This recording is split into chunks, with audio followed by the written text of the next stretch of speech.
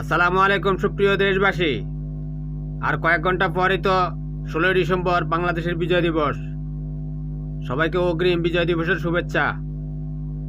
আপনারা যদি কালকে সকালে দেখেন, শেখ হাসিনা ভ্যানিটি ব্যাগে করে 2-3টা পরমাণু বোমা ভ্যানিটি ব্যাগে করে নিয়ে বাংলাদেশে চট করে ঢুকে পড়েছে।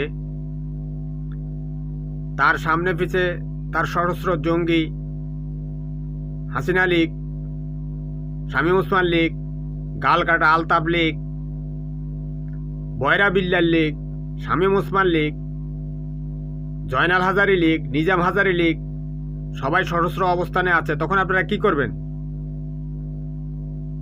সে তো বলেছে চট করে ঢুকে পড়বে।